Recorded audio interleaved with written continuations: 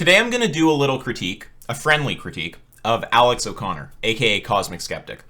A while ago I had a conversation with him, Rationality Rules, and Vegan Gains. In that conversation, Alex made a claim that I found very dubious. I started arguing with him about it, and actually got him to concede partially. But unfortunately, having just checked into his channel, he still seems to be saying the very kind of thing I showed a problem with. I should state that I don't think this is because he's a bad actor. Currently, I have no reason to think that. Most likely, he just doesn't appreciate the critique. And that's roughly what motivated me to make this video. I ran a stable critique of his view, and very few people seem to have appreciated it. Shout out Insup. Clearly, Alex himself didn't. So, I felt that I should dedicate a video specifically to this critique to get some eyes on it. With any luck, other people will appreciate it and start asking Alex to deal with it. Then maybe Alex will re-examine the critique and notice that it demands attention. Or Alex might just watch this video directly and realize that the critique demands attention. What we're going to do here is firstly watch the clip of my conversation with Alex where we argue about metaethics, and I'll give commentary. I'm often tempted to just explain concepts on their own, but I think walking you guys through how this critique occurred to me in real time during the conversation might help make it more clear, mainly for those among you who don't spend a lot of time with philosophy or logic. After that, I'll show you how Alex's current statements seem to open him to the same critique.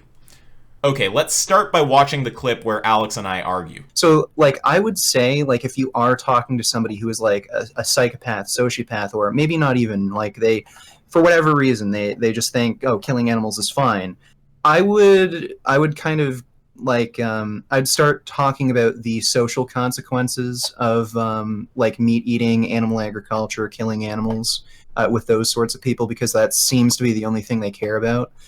Ultimately, there are just really selfish people, but you can appeal to selfishness. And again, the guy went, vegan technically because for selfish reasons, health. Do you think there's a fact of the matter that he's wrong about when he disagrees with your values? No, and I'm I'm an existential nihilist. I don't think there's meaning or value to anything. I just think we apply our own subjective values to things, and I don't think he's wrong in any way in believing what he believes. It's just that there are ways of appealing to certain people. Everyone has some sort of value. He values his own life and existence and well-being, so there are still ways of arguing morality with these people, just because morality by nature is social. Well, no, go ahead, please. I think it's simpler than that. I disagree with you both that there are irresolvable conflicts when it comes to people's interests. Okay, so that's where the critique begins to form. We're all talking about reasoning with people who have very different values, and Alex says that he doesn't believe that there are irresolvable conflicts of interest. Now, when I heard that, what happens in my mind is I go, well, I definitely don't have that belief. Why is it that Alex believes that? I think that every single person has an interest towards their own pleasure, almost by definition. I'd agree with you there. And therefore, when you talk about arguing from selfishness, it can be done. All argumentation for morality is an argument from selfishness. I think that the way that morality, the way that it works, is by the maximization of one's own pleasure. This is where I wouldn't be a utilitarian in the normative sense, where they go from, they make the jump from saying that because I desire my own pleasure, that means pleasure is good, which means that the general pleasure is good for everyone. I'm sticking with the first proposition. I just think that my pleasure is good, just as Stephen thinks his pleasure is good, and just as everybody thinks that their own pleasure is good. That to me is a psychological fact. That's an unavoidable fact. That's the objectivity at the basis of morality. Now, what I can do is say, I can argue about what will objectively maximize someone's pleasure. What I can't do is tell them why they should value their pleasure, but I know that they do, and I know that I do. So in the same way that where what Isaac you might do, if you think that there are irresolvable moral conflicts somewhere, you would generally just find the point at which you agree, and usually you don't have to go all the way down to pleasure. We all agree with certain slightly higher level claims about morality, and I think that seems to be, Isaac, where you're laying the subjectivity. You're saying that people have certain interests, like someone has an interest for their own health. Well, I don't think they have an interest for their own health. I think they have an interest for the pleasure that derives from being in good health. The desire isn't aimed at the thing itself. So all of the subjective All of the subjectivity lies in this single proposition that my pleasure is a good thing. Everything else is an objective derivative. That's what I would say. Okay, so at this point, Alex has said a bunch of things that weird me out, but in the interest of keeping this video streamlined, I'm not going to do an analysis on his entire comment. What's going on in my mind right now in the conversation is I'm going, okay, the claim that I've latched onto, that I'm trying to understand why Alex believes, is that there aren't irresolvable value differences. I'm not understanding his reasoning for that. I have some loose idea. So I'm going to ask clarificatory questions until I understand exactly why he believes that. Then I'll be able to determine if I agree with his reasoning or not. Yeah, okay, so one or two things. So first of all, so one claim that you're making is that like every human has this like shared motivation of pleasure. So it can't be that there's an unresolvable conflict of values because Every living creature, in fact, yeah. Okay, now just so I can make the point though, say that there's an agent that we just construct somehow. Maybe it's like an AI and it just doesn't have that goal. Would you have an irresolvable conflict of values with that thing? It wouldn't be sentient. It wouldn't be able to do anything consciously. If you don't have a conception of pleasure and pain, then you don't have a conception of preference. And if you don't have a conception of preference, then you have no motivation to action. So you'd just be a vegetable. Why would you need... Okay, so I think that we might have some problems here. So just before delving into it, I think that there's okay, so it seems to me, first of all, like it is totally coherent and like logically possible to picture an agent that has a preference for something, but that doesn't have, it can't experience pleasure or something like that. So we probably disagree about that. We'll have to talk about if that makes sense. But then if we grant that such a being exists, surely then we agree that we have it's possible to have an irresolvable difference of values, right? I imagine so, but I simply can't grant that premise by definition. Okay, I think the let's talk it through. Derived from pleasure. Okay, so why is it that you can't have a desire without pleasure being attached to it? Because pleasure is the only thing that's it's psychologically possible to desire, to the extent that pleasure is by definition what is wanted when experienced, in the same way that pain is by definition what is not wanted when experienced. But is pleasure a brain state? Yes. Is it the same brain state as desire? Well, desire isn't so much a brain... Is desire a brain state? So here's where I start tripping Alex out a bit, obviously. Now, what's going through my mind right now, I'm still kind of asking clarificatory questions. It probably seems a little disorganized what I'm asking, because it is a little disorganized. I'm asking, like, is it possible to have an agent that has a desire but pleasure isn't attached to it? Is pleasure a brain state? I'm still trying to overall kind of assess what his position is saying, but now it's starting to coalesce a bit. I'm starting to go like, okay, look, are pleasure and desire separate things? If they are, you're going to have to show that one entails the other to say everyone desires pleasure. And if they're the same thing, but with different words, then it's not meaningful to say everyone desires pleasure. It's just going to be a tautology. And you're not going to be able to say, therefore, there aren't irresolvable value differences, because all we know is that people desire what they desire. So the critique is starting to coalesce at this point. Surely there's a brain state or some kind of like general type of brain state that corresponds to desire. Because I think you're going to hit a problem there, because they're not going to, like, I don't think they're like analytically the same thing or necessarily entail each other. So a lot of people have criticized me for being circular when it comes to that part of it, but I actually don't have a problem with seeing the two terms as essentially synonymous. Now, at this point, the critique is still coalescing. It's not fully formed, but it's got enough structure to it that I'm able to tell that Alex just stepped in shit. You can see it on my face the second that he says that they're essentially synonymous, right? Because if they're synonymous, then all it means to say everyone desires pleasure, setting aside a little grammatic weirdness, is everyone desires what they desire. Now, that doesn't tell us that they desire the same thing, right? So that doesn't tell us that there aren't irresolvable value differences. So by analogy, if we say that everyone likes the tastes that they like, that doesn't tell us that everyone likes the same tastes. So that doesn't give us a reason to think that there aren't irresolvable differences of taste. Another analogy, I guess, if we say that everyone likes the art that they like, that doesn't give us a reason to think that there aren't irresolvable conflicts of art preference, because that doesn't tell us that they like the same art, right? Hopefully you guys all appreciate that point.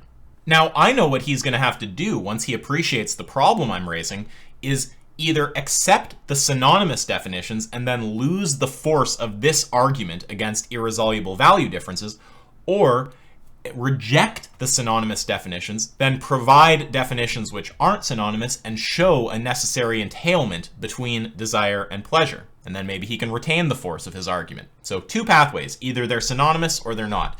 If they are synonymous, this argument loses force, we need a new one. If they're not synonymous, then we need definitions and a demonstration of a necessary entailment. My whole point, my whole argument when I make this case is to essentially show that what you desire and what you think will maximize your pleasure are synonymous concepts, are synonymous concepts, are synonymous concepts, are synonymous concepts. Okay, so everyone should just note that at this point he's committing to the synonymity pathway. Now, in a minute, I actually force him to concede that that doesn't make sense. Psychologically speaking, that's my whole point, which is why I don't think one can exist without the other. Okay, so I want to... Because they are just... Your mic, can you say it again?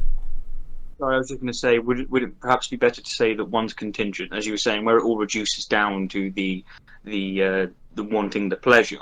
So when you say, like, I want to do this, it's not the same thing. It's more that is contingent on this, and perhaps a fact about the world. Well, if they're synonyms, they're just literally the same thing. It can't be that something's contingent. Well, is it contingent on itself?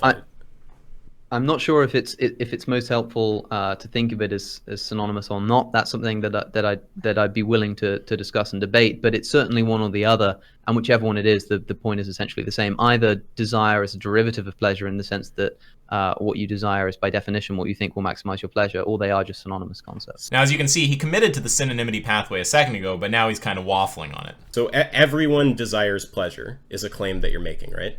Yes, everyone desires their own pleasure. Okay, so here's my critique. So if they are synonymous, it is circular. It's just saying everyone desires desire, right? So it's the tautology, I guess, would be the right term. Yes, absolutely. Wait, everyone desires desire. Wait, okay, I don't know what the perfect way to think about that. I have to think about that for a sec. But the point is, it's not really saying a whole lot. Well, it is a tautology, because you could say, like... well, it's not saying desire is desire, but if X is desired, then X is desired, is essentially what you're saying. Yeah, okay, that's a perfect way to frame it, because it's like if we're saying if you desire something, or if something is pleasurable, then you desire it. That sentence, it'll be more clear what the problem is. It's just saying, like, if something is desirable, then that thing is desirable. Then it's clear. It's kind of tautologous. It's just the semantics of how I put my sentence together the first time. Okay, so this is my kind of analysis. So if they're synonymous, it's just like a tautology, and I don't see how it's. And then if it's not, then I kind of want the, like, conceptual analysis of, like, what desire is and what pleasure is, and also why they must be connected. And also, I didn't intend to get in a big debate about this with you, so we don't have to, like, go forever. But hold on, you cut yourself short then, which is what a lot of people do. They go, well, if they're just synonymous, then I don't see what is the... And then you just moved on. Like, what don't you see? What's the problem with them being what's the problem with that statement being a tautology? Well, a tautology is always true. Like, you desire. It's kind of funny watching that. I've definitely lost track at that moment right there. You would always desire what you desire. But he presses me, and then I remember the pathway again. I love that calm, collected response. Like, just saying, like, and what's the problem? Which is fair, because at this point I've completely forgotten what it was I was trying to say. But then I go, okay, fuck, I have to think about it, and then I recall it properly, thank God. Okay, so... Well, let's think about how we got here. So you were saying that everyone has a desire for pleasure, but then it sounds like all you're saying is just, like, everyone has, like, desires or something. It doesn't, then it's like the similarity everyone has on your view is just that they have desire. Yeah. It's not that they have a shared, can I finish this? It's not that they have a shared goal of something like pleasure. That's then the basis of all hypothetical norms that can be the value you appeal to say there's no irresolvable value difference. If desire just means desire, then sure, everyone can have desires, but that doesn't mean that they have the same desire at the base that we can reduce things down to and say there's some kind of, like, general standard that we can always argue someone to a position from. Critique remembered. Definitely need to smoke less weed. Yeah, which is why I think it is helpful to think of pleasure as a separable concept. But which would make them not synonymous. So I'm sensing the lack of clarity here, and that's like, it's like blood in the water. Again, I'm not trying to fucking make Alex look dumb or anything. I'm just trying to make him appreciate a problem. And I think it's totally legitimate that he didn't think of this. It's a pretty technical kind of linguistic problem. The problem is, like, I think you need to, or else I think you get this, like, it just becomes a tautology, and then you lose the force of what you're trying to, like, wait, let's see if we agree on this, because maybe I'm missing something. So this is where I'm kind of like buckling in for the ride. I'm like, no, I'm going to get him to concede that they can't be synonyms, or concede that this argument loses its force. We're going one way or the other here, boys.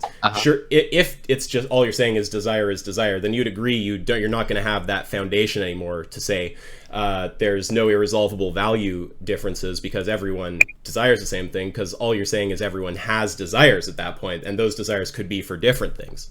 And if everyone can desire different things, it seems like you could have irresolvable value differences. Well, then you could just rephrase it in the sense that everybody has an interest in fulfilling their desires, and so you can make objective derivatives about how those desires can be fulfilled. Now, at this point, Alex tries to change around the language a bit to see if he can get around the critique. I'm definitely not suggesting he's doing that in a Weasley way or anything. He just is still not really appreciating the extent of the problem here.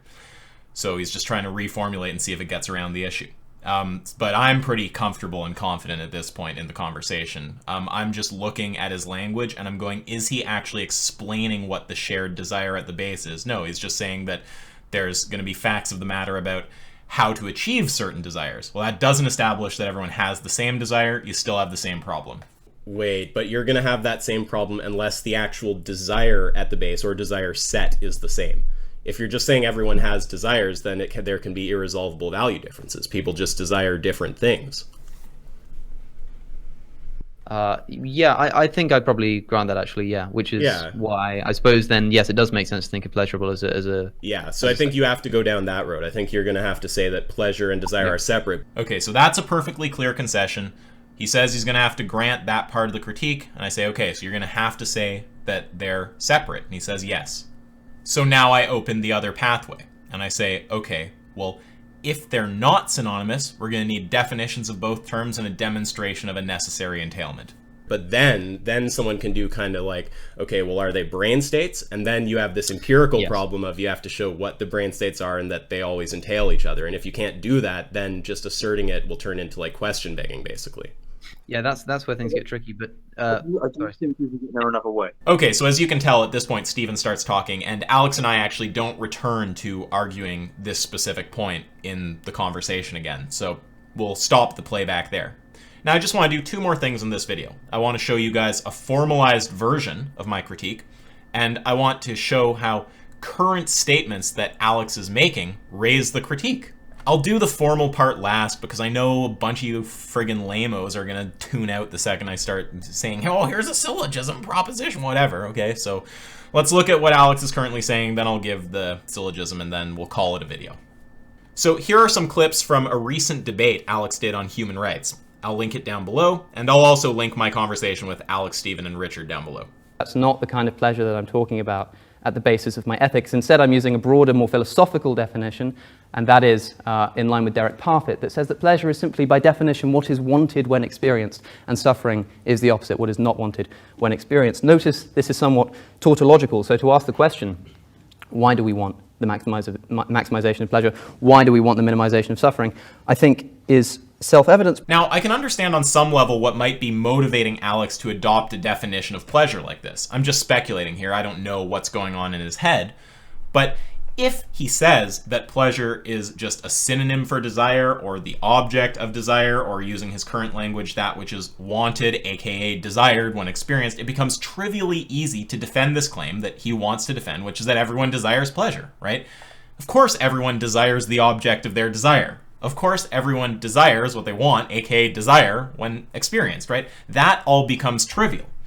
But the problem is, Alex, if you adopt a definition like that, you open yourself up to my critique. Someone can just say, okay, well, that doesn't tell us what they desire, so you're not giving us any kind of reason to think that there can't be irreconcilable value differences, or using your language, irresolvable conflicts of interest. Consider an analogy, for example. Let's say we lived in a universe, or imagined a universe, in which it was necessarily true of its inhabitants that everybody's favorite color was blue, right? Everybody preferred blue, subjectively, but everybody shared it, right?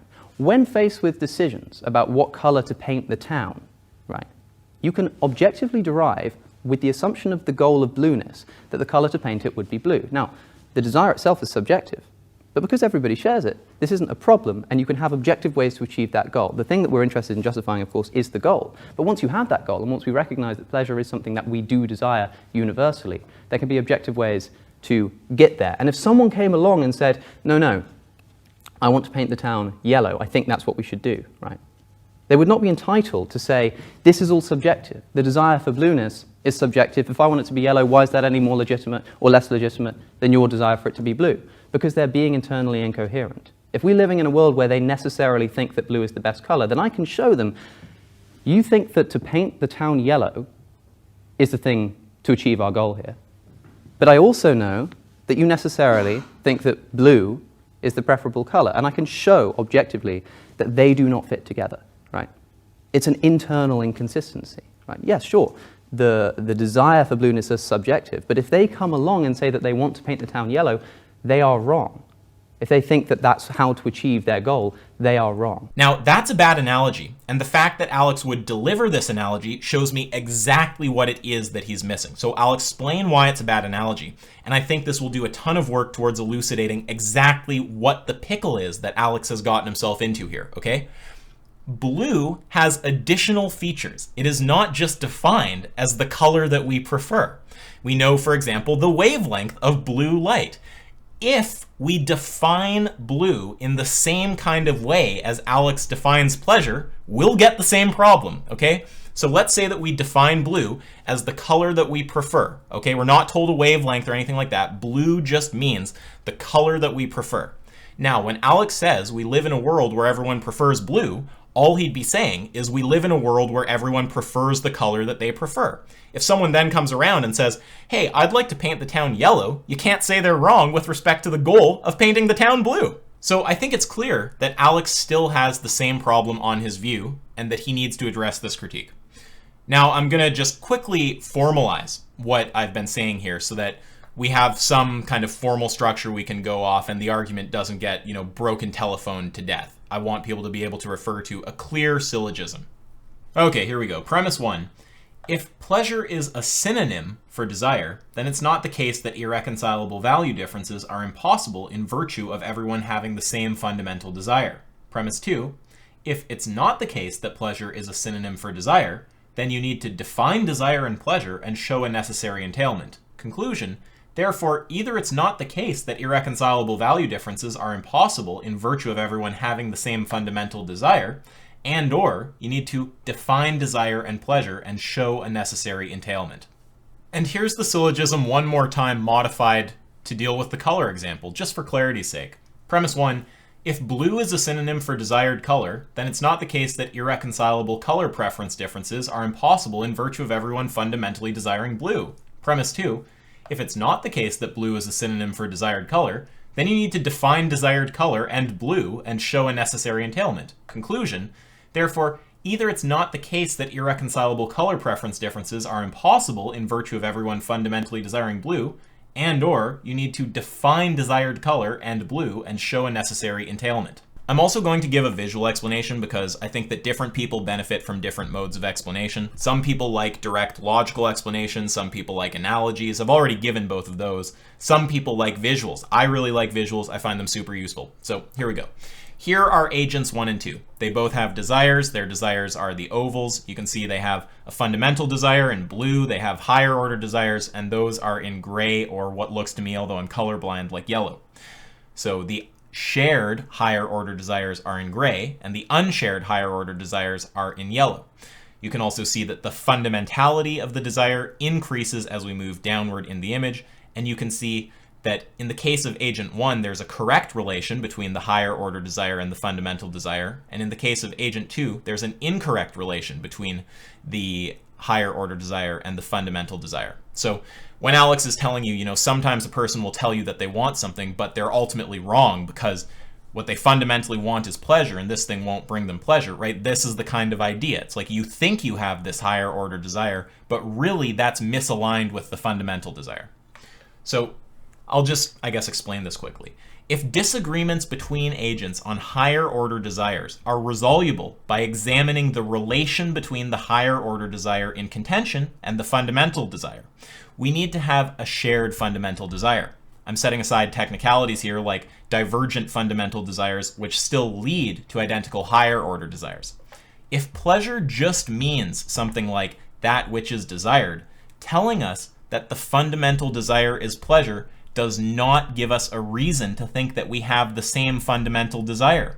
The reason is because you haven't specified the content of the desire. You've just told me tautologously that the fundamental desire is for whatever thing it may be for. It sounds like you're specifying the content when you say that everyone fundamentally desires pleasure, but if pleasure just means the thing that they desire, you haven't actually specified the content, and you haven't given us any reason to think that in virtue of everyone desiring pleasure, which means desiring what they desire, that there can't be irreconcilable value differences. So what this really comes down to is what I would call the content-specificity argument. Here's one more syllogism. Premise 1. If the content of the fundamental desire isn't specified, then higher order value divergences can't be resolved by examining the relation between higher order desires and the fundamental desire. Premise 2. The content of the fundamental desire isn't specified. Conclusion. Therefore, higher order value divergences can't be resolved by examining the relation between higher order desires and the fundamental desire. And that's just modus ponens. P implies Q, P, therefore Q.